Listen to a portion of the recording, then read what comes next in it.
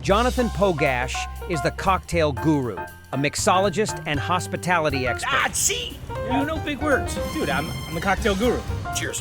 Jeffrey's his dad, a wine and spirits author, historian, and consultant. Oh, I do my homework. With decades of experience, they're always looking for the next big thing. Join this father and son duo for a few laughs as they explore the hottest trends in hospitality with the service industry's leading trailblazers and tastemakers. Welcome to the Cocktail Guru Podcast. Well, we're still on a Las Vegas trip, Dad, and we have two of our good pals, and you know them. We're on a Las Vegas high, right? Yes, we are. Oh, well, do tell. Who are our Cocktail Guru team member, Pamela Wiznitzer. Oh, wow. Love Pam Wiz. And then Duane Fernandez Jr., who is a former Cocktail Guru team member and now works with Uncle Nearest in Las Vegas. They joined me. We recorded it live at the Vault at the Bellagio, which is where I did our bar takeover, a little pop-up thing. So we've got Pam and Duane for a very spirited, fun, lively conversation. Again, we imagined that you were there, Dad. Well, thank you. I imagined I was there, too, at the Vault, because it's a beautiful, super exclusive space, I know. Oh, I wish I could have joined you. Yeah. We left the door open kind of like you're Elijah. Well, I'm there in spirit. All right, here we go.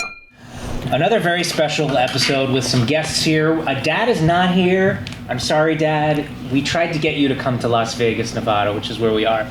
But we are at the beautiful Vault at the Bellagio Hotel, and we could not be prouder to have a couple of amazing guests. You've known her for years and years. You love her. You know that she's a member of the Cocktail Guru team. We interviewed her at Tales of the Cocktail a couple of years ago. Pamela Wiznitzer. Hi, Pam. Just call me Jeffrey Pogash today. Okay, Great. Jeffrey. And this is a reunion of sorts because I have not seen this young man in a few years. Gosh, I mean, I think the last time I saw you was 2016 and maybe 17 in San Antonio. Really? Yeah. Well, what happened after 2000? So what's that gap between 2017 and... I was growing up, and I got a baby. Her name is Gretchen, and... You got her at San Antonio. She's a Texan. She's a San Antonio. I got her from her vodka brand. I sure did. Wow. Yeah, Wait, yeah. You got your dog from a vodka brand? Yeah, there was a closing gala. I wasn't feeling well, and everyone was, being, having a little fun, and I was being the boring, cranky old guy, and they were like, why don't you go in the booth? They have dogs there to adopt. And so I hung out with this little white dog named Snow White the entire night. And the next day I woke up in the morning and I'm like, I'm going to get a dog. Wow. And they gave me a dog. And now she's a 7-year-old and 85 pounds. Miss Gretchen Audrey Fernandez, Lady G for short. She's a lady. The middle? Yeah. Wait, what? What, Gretchen Audrey Fernandez? Miss Gretchen Gretchen what? Audrey. Oh, Audrey. Audrey. Oh, okay, I thought you said orgy. Oh, no, Audrey. Oh, okay. Yeah, All right. no But Audrey. who knows? Maybe she enjoys that as well. No. Whoa. No. She's No? still innocent, Oh, is she? Yeah, the little boys that try to play, she's, I didn't even say your name. Oh, I'm You're sorry. Duane Fernandez Jr. Duane Fernandez. Hi, guys. Hi. It's so great being here. I miss you both. This is a pleasant surprise. I'm here in Vegas and everyone comes here, but I haven't seen you guys here in the 3 years that I've been. So, I haven't been to Vegas, I think, since 2019. wow, it's been that long. Mm-hmm. Yeah? Yeah. And yourself? Yeah, same. Probably 2019. Well, it's 2024 and now we're here together. Yes, Is it? yes. Is yeah. it 2024? It is it? Wow, yeah, it is. It is. Oh my gosh, is it? Reunion time. Reunion time. Well, so yeah, we had. I loved our time going to San Antonio Cocktail Conference. That was always a lot of fun. Yeah. They don't do it anymore, or there's some version of it. When I left Texas, It was a great time, and now I'm here in Las Vegas, Nevada, enjoying this moment here. Nevada. Yeah, Nevada. San Antonio was fun, right? It was really fun. Yeah. It's really fun. I think my favorite part about you, Duane, I met you in New York City. Oh, yeah. Pogash also met you in New York City. Yeah. And you work with the Cocktail Guru, and there's a lot of ways that we started to bond. But I think what I love about the trajectory of your career is that you've kind of seen yourself, and when you get comfortable in a space, you're like, I can do more, I can grow, I can be more, and you purposely take yourself to spaces to show everybody how great you can be within that space. And that is what I've noticed about you. You did it in Texas, and then you were there, and you're like, you know what, I'm ready for something different. And you came to Las Vegas. I mean, I don't see myself in that. For me, it's like going on an adventure. And I remember talking to you going to Montauk one time, and I was like, I want to do this like road trip, traveling across America just to see how the drinking community is, different from, the East Coast, West Coast, and the South. And, when COVID hit, there was nothing else for me to do but either stay in Texas, which I had already experienced, or go back home to New York, which I wasn't ready to do, or just drive west. And so I started driving west. I had no idea that Las Vegas would be the place, but I spent a week right before I came here at Joshua Tree, and I meditated, and I just, me and Gretchen was just in the wilderness, just like not doing anything, but just like trying to understand where we were going. And we came You here. were with our friend Carrie, weren't you? Yeah, Carrie Keegan. Yes, yeah. A big whiskey drinker, a big supporter of the industry. Yeah. We were taking baths in these like tubs outside underneath the stars. It was like crazy. I mean, there were like these desert rats running all over the place. It was beautiful. It was just like that moment was a part of an evolution of who I was, right? Because I was leaving Texas as this guy that was working for this big, powerful brand, and learning so much from that experience, about rodeo and just the Southern culture, and then, when I get to Joshua Tree, I was just like, well, what's next? And I didn't know. I thought it was going to be L.A. actually, and when I got to L.A., they started rioting, and so I just wound up leaving and came to Vegas for 5 days and wound up staying 3.5 years. Yeah. That's all. And you were just telling me before that you love this city. You've fallen in love. I have. This was a city that I never even thought about living, or just even. The only times I've come here was with you. Yes. Yeah, actually. We all went to Vegas, didn't we? Yeah, 1 year. yeah. Was it? So I brought you out here to work with Blue Chair Bay. Yes. And then did we also work with Channing Tatum? Yes, I think so. The vodka. Were you there? I didn't do Channing Tatum. No. No. Our friend John, our PA John, is laughing about Channing Tatum. Yeah, no. I mean, you were I came here once before, but you were the second person. Just so you guys know, Jonathan Pogash, he's done so much for it. He doesn't even realize it, but he's always been that guy that just guided me the right way without even knowing. You were always welcoming, and this. No, seriously. I always, when I talk about mentors, I consider you one of them. And I don't know if I've ever told you that, but that's very sweet of you. No, it is. Thank you. I'll never forget the first day I met you. Really? Yeah. It's a long story. Pam says that a lot too. She remembers the first day she met. I know. Yeah. This is quite a. Well, what was the first day? I mean, when? What was the first time? We were at Jacob Javits Center. I don't know what.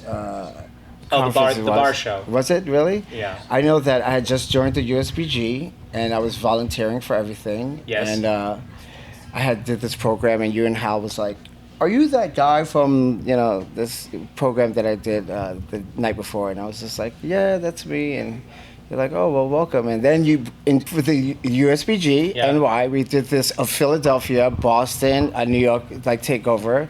That was the first time I met all the great people that I know now that have become friends and family, actually.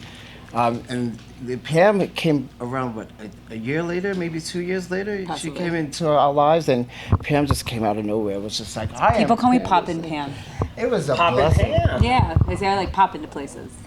Pam That was was a nickname some people gave me. Wow. Okay. Yeah. Poppin' Pam. Yeah. I haven't heard that before. It's a but new one for you. Okay, I'm gonna start using it. Absolutely. I love that. She popped in today. She popped in today. She did. I did. I popped in. I landed, got changed, and I popped into the vault. But when she pops really well. She's a big pop. Yeah. Right. If you're gonna be a Jack in the Box, make it worth it. Wow.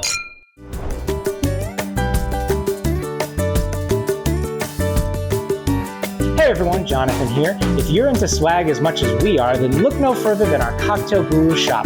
The items in our store have been personally chosen, handpicked with care by me, I'm Jonathan, and my team of Cocktail Gurus. A water bottle with a stainless steel straw? Yep. T-shirts? Mm-hmm. hoodies, the snapback hats, signed copies of Mr. Boston Bartender's Guide, cocktail box kits, bar tools, and more. You betcha.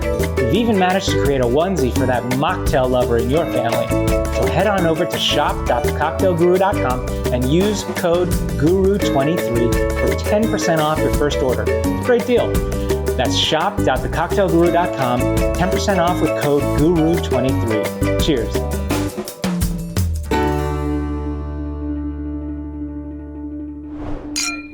Can you pour a little bit of your whiskey?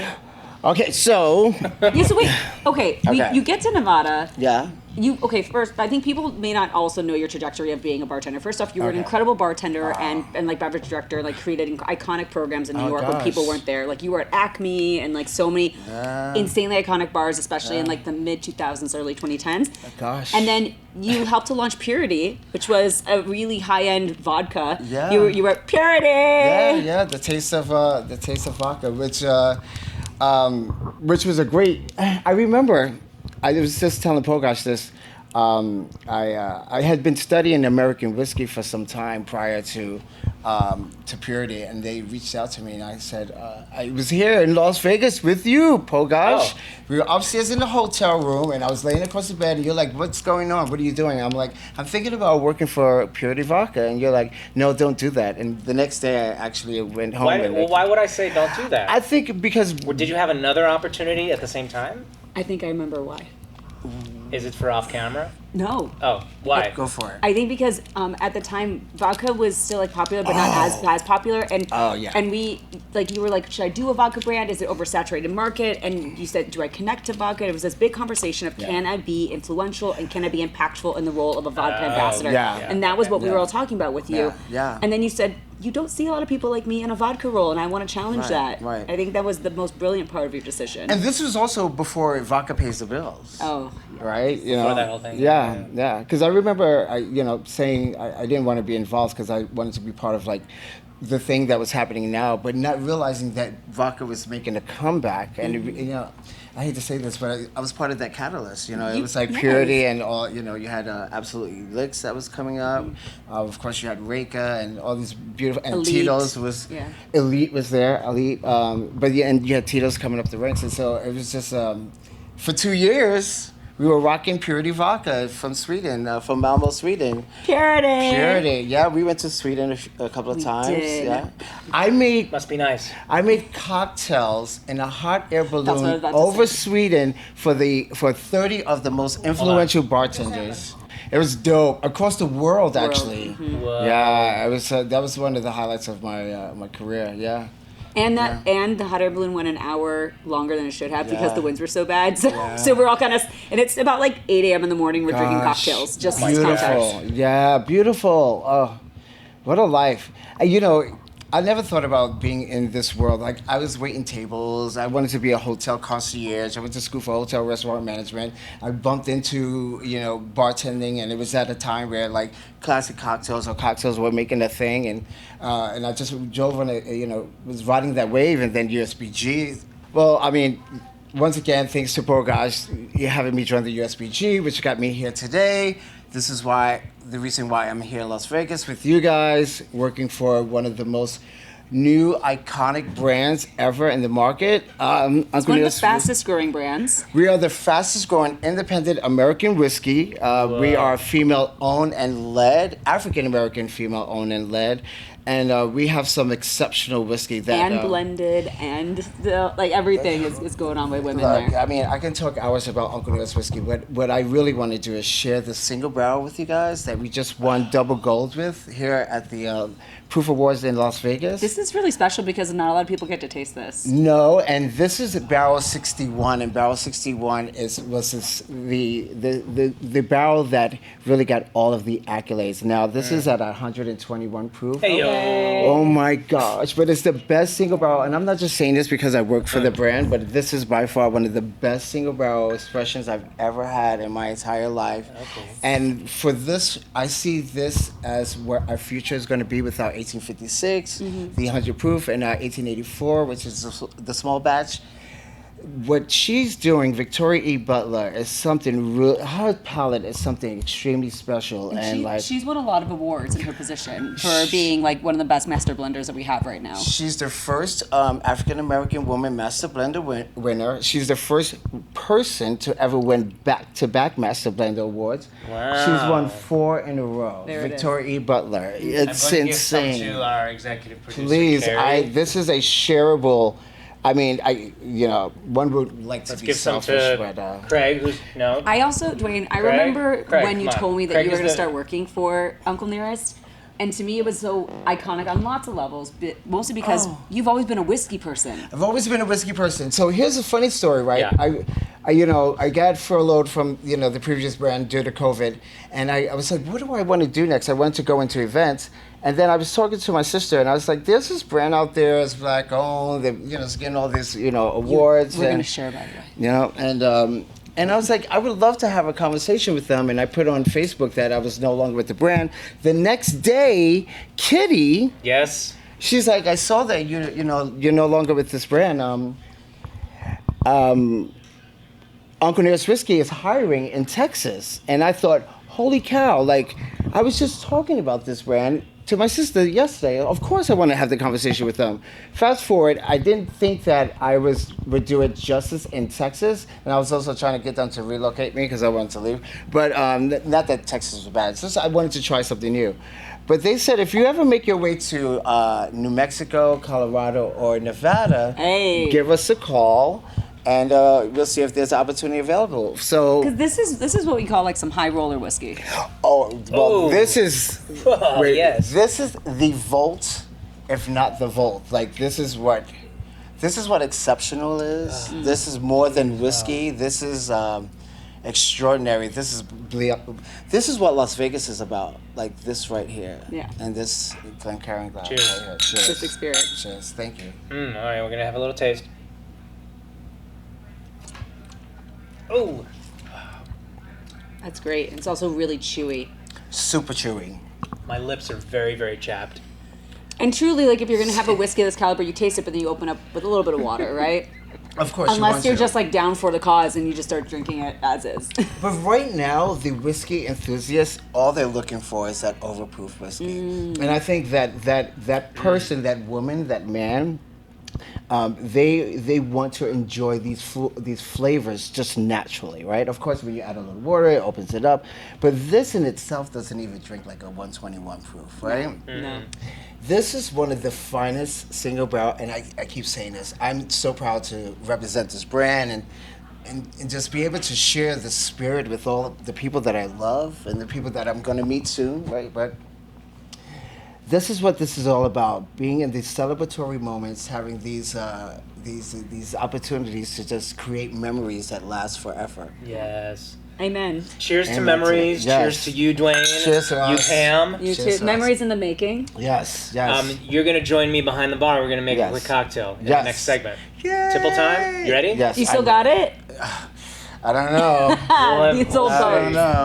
know. Right. It's you're I heard that it's a challenge. Is that Yes, not right? well, we have launched the HBCU Old Fashioned Challenge. Yeah. So I'm going to challenge you to make a variation of an old fashioned. I accept your challenge. Yes, please do. Because every old fashioned that you make with Uncle Nearest Whiskey, we donate $1 to the HBCU fund. And how can people showcase that they're making their old fashions? Oh, well, you just upload your old fashioned to the oldfashionedcocktailchallenge.com and just submit your photo, and we donate. You can also donate if you like, if you want to, donate extra. But it's all about your photo. Every photo made or every old fashioned made with an old fashioned expression, 1884, 1856, a rye, or our single barrel, we will donate $1 to the HBCU fund. Ooh, we love Amazing. the donation Yes, moment. Love it. Yes. Cheers. Cheers. Thank you. Thank you. Tipple Time is brought to you in part by Uncle Nearest Whiskey and the perfect puree of Napa Valley.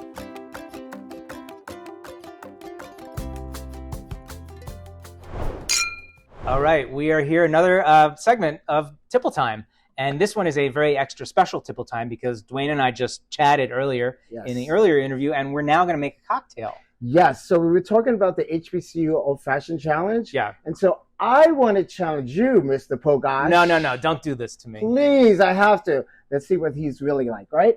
On the cuff, I need you to make me a variation of an old-fashioned using this perfect puree orange zest. Wow. And Uncle Nearest, of course, And right? of course, Uncle Nearest 1856, 100 proof. Okay. Oh my gosh. I can't believe you're doing this to me. Like, Yeah, but look. literally off the cuff. This is what we do in this industry. We make cocktails for our guests off the cuffs most times. You know, we have to cater to them, and now I want you to cater to me. Okay, so this has to be a variation on old fashioned. A variation. Okay, using the orange zest. So the orange zest is kind of, it's a bit thick. Right. So I wouldn't do a stirred cocktail. Normally an old fashioned is a stirred cocktail. Right. But can we do something shaken? Of course we can. But with the old fashioned as the inspiration. Absolutely. Okay. Yeah, so what's in an old fashioned? So an old fashioned is whiskey, sugar, water, bitters. That's it. Three That's ingredients. it. Yeah. 1, 2, 3. Easy to make at home. So I'm going to add, let's do 2 ounces. I think 2 ounces will Yes, work. he thinks so. Yeah. And of course, the perfect puree orange zest. Mm. Smell it. Smell it. Smells amazing. It's winter. It smells like Oh, winter. gosh. I'm just gonna see how Love thick that. that is. It's a pretty thick puree. I'm gonna do a spoonful. Yeah. Okay, yeah? Just give it an You're essence. down with that? That's like an orange zest in an old fashioned. Yeah, Right? Yeah. yeah. I think that'll work. Let's see. So we've got some interesting ingredients here. Ooh, can you grab me that hibiscus syrup? I love hibiscus. I really do. Yeah, I really me do. too. Okay, let's see.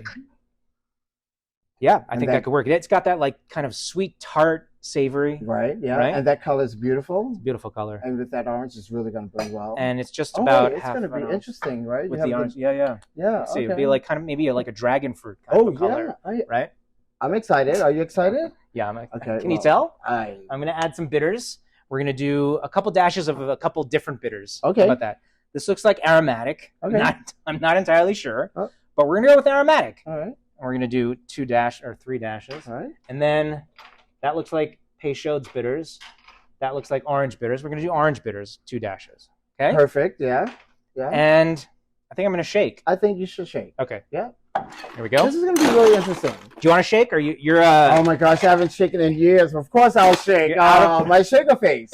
you're out of practice? Yeah, let's take a look at your my shaker gosh. face. Oh wait, let me take off my glasses. Oh my gosh, he's taking his glasses off for this. You don't want to stain your Yeah! jacket. Look at that shaker face. That should be enough, you think? Yeah, that's Gosh, good. oh my gosh. Oh wow, look Yeah, at it's that. beautiful color, isn't it? Yeah. Okay, and we'll get one of these really beautiful old-fashioned glasses. How about something like that? I'm down with it. Yeah? Look how beautiful those glasses And a are. big cube? Yeah. Yeah. Man, I love the setup here. I mean, look, this is heaven right here. Oh, I've wait. never been but but there's It's a rose a inside? rose inside. You see that? Fancy schmancy. Super fancy schmancy. Oh my gosh. We're going to just Yes. add that, yeah? Yes. Strain it out. Yep. Look at this color, guys. Whoa. And I thought with the brown of the spirit, the brown spirit and the orange, it would be a little funky, but that came Yeah. out pretty darn well. No, huh? I mean, look at how that rose looks inside. Oh my gosh. You guys can see that, maybe. In any case, this is the drink. Yes. Well, What? should I do the honor, or you You- should do the honor? Well, you have to taste your cocktail first before you serve it to a guest, right? Because we never want to serve a guest, an incomplete cocktail. That's right. That did happen to me once early Yeah. on. I was making a mojito, and they sent it back. Yeah. And as it turns out, it didn't have the rum in it. Oh, I was forgot. that it? Yeah, I forgot. Okay. Okay. Oh, I get Smells that. Yeah, that delicious kind of oak, vanilla, cinnamony whiskey flavor. Ooh, Not bad. it's interesting.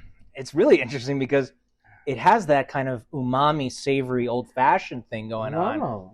and then the citrusy tartness is on the back end. So the Okay. umami is like front, whereas usually it's in the back. Anyway, That's exciting. which is very exciting. Well, I mean, look, this is what cocktails are all about, right? Challenging the palate, wanting you to explore and experience something different. So we're going to try this. Please try it. This challenge old fashioned. Also, we haven't seen each other in many years, Mm. so this is a reunion of sorts.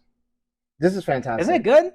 Okay, so I love my old fashions. Most times I love going to a bar just asking for a classic cocktail like a daiquiri or a margarita. Yeah. This is right in my alleyway. Like this is a mixture of both, right? I mean Hibiscus is wonderful. Yeah. That 100 proof whiskey, Uncle Nearest, is really standing out. Yeah. This is well done. Well, thank you. The challenge was accepted, and he surpassed the old-fashioned challenge. Wow. You too can enter the old-fashioned challenge. Is that correct? Where should people go if they want to get information on that? Yes, if you have a old-fashioned cocktail made with Uncle Nearest whiskey, you can take a picture and upload it to oldfashionedcocktailchallenge.com. And for every photo, we donate $1 to the HBCU College Fund. That's awesome. Yeah, no, it's all for a good cause. Yeah. Great. I love Uncle Nearest. Yeah. Love you. Thank you. You're like a brother. We're family. We're family. I'm also a cocktail guru. That's right. Yes. No. Sorry. Scratch that. But I am. You are. I have a. You are. I still have my. You still have the apron. That's Of course. That's where the apron No, is. I have the chef's coat. I have two of them. That's old school. See, that's where we we used to go wear back. chef's coats. That's right. Before this, that was like super old school. He's a good guy. He's one of the important guys in my life, and so I thank him for everything. It's so nice to see you. Man, good to see you, buddy. Yeah. Oh, this is so special. Okay, no, seriously, this is really special. Well, we're gonna go party the night away. Yes. Well. What? Okay. My ways have changed. Oh, his ways have changed. Well, so have mine. By party, I mean like dinner and then go to sleep. Yes, exactly. Yeah. Cheers, everyone. Cheers. Till next time. Cheers.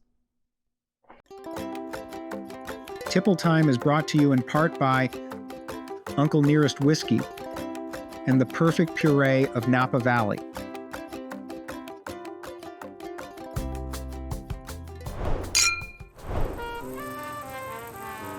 Today's cocktail commentary with Jeffrey Pogash is brought to you by Lustau Vermouth Dry. Filled with brininess, umami, and manzanilla de Sanlúcar, this new expression arrives to complete the collection, Lustau Dry Vermouth. Hello, my friends, and welcome back to Cocktail Commentary. Perhaps the most serene and sophisticated of all LA bars is the one tucked away within the lush 12-acre bucolic setting of the Hotel Bel Air, located in Stone Canyon, just a mile west of Beverly Hills and a half a mile off of Sunset Boulevard. The stone bridge that crosses the pond known as Swan Lake is the required path for entry into this world of intimacy, luxury, and pure self-indulgence. It took me a few years to discover this oasis in the middle of the hustle and bustle of LA, but finally, and fortunately, I did. The Hotel Bel Air was a refuge. In fact, it was my salvation, and I ended up staying there often enough that I became friendly with the managers of the hotel and with the bartenders, and even with certain regulars, like the handsome, permanently tanned actor George Hamilton, who seemed to be at the hotel every time I was there and was always nattily dressed. He was impeccable, but Mr. Hamilton isn't the only actor to hang out here. Since 1946, the Bel Air has played host to some of Hollywood's greatest stars like Clark Gable, Marilyn Monroe, Cary Grant, along with notables from the world of politics such as President John F. Kennedy, Princess Grace of Monaco, and of course, Ronald and Nancy Reagan, who were regulars, as they lived just up the street from the hotel. I was fortunate to have met Mrs. Reagan during one of my stays there. Well, that's the backdrop. And as you can see, this is a story about nostalgia, a yearning to return to the piano bars of the past, especially the most seductive and relaxing of them all, the Champagne Bar at the Hotel Bel Air, where maestro pianist Antonio Castilla de la Gala worked his magic night after night from 1998 until 2009, when the hotel closed down for a 2-year-long renovation. Antonio made his living as a concert pianist in Mexico and the U.S. before his gig at the Bel Air.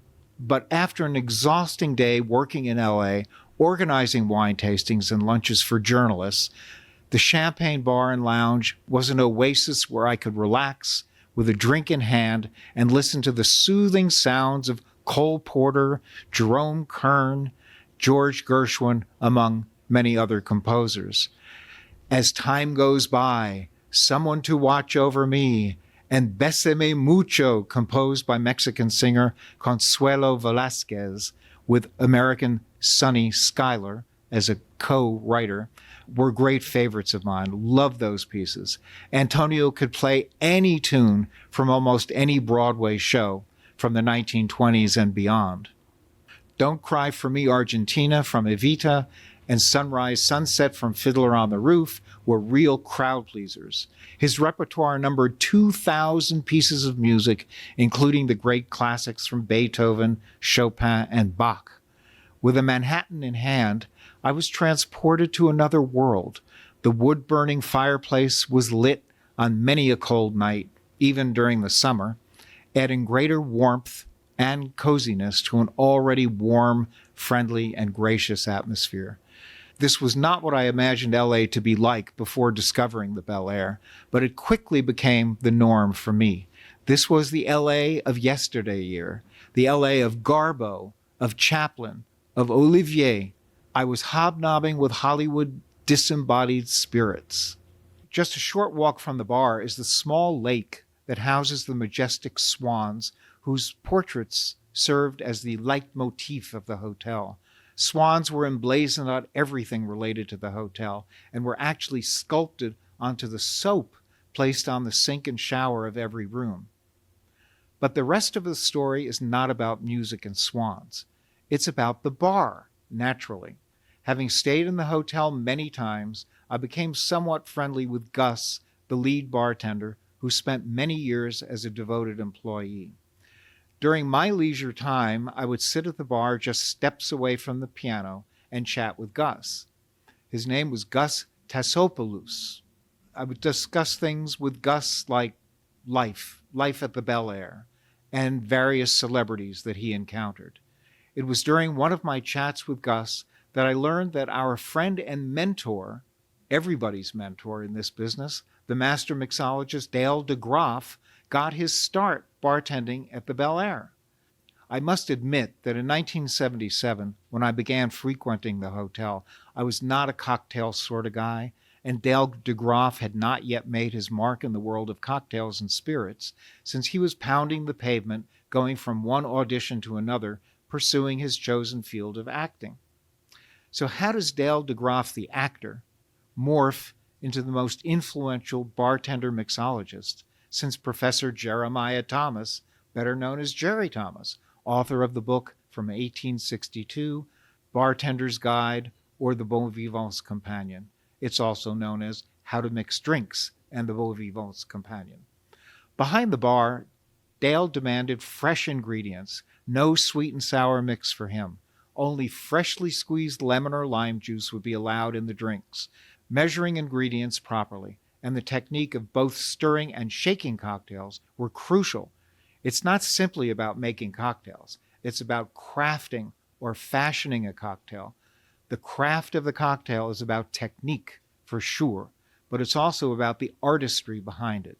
And there is no better fashioner of cocktails, no better crafter of cocktails than the godfather of cocktails himself, Mr. Dale DeGroff. And to think that it all started at that serene piano bar and lounge at the Hotel Bel Air.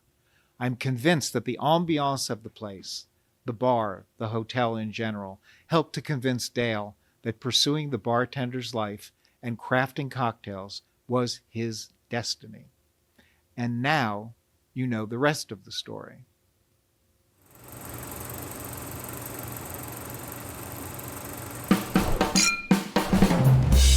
That does it for today's show.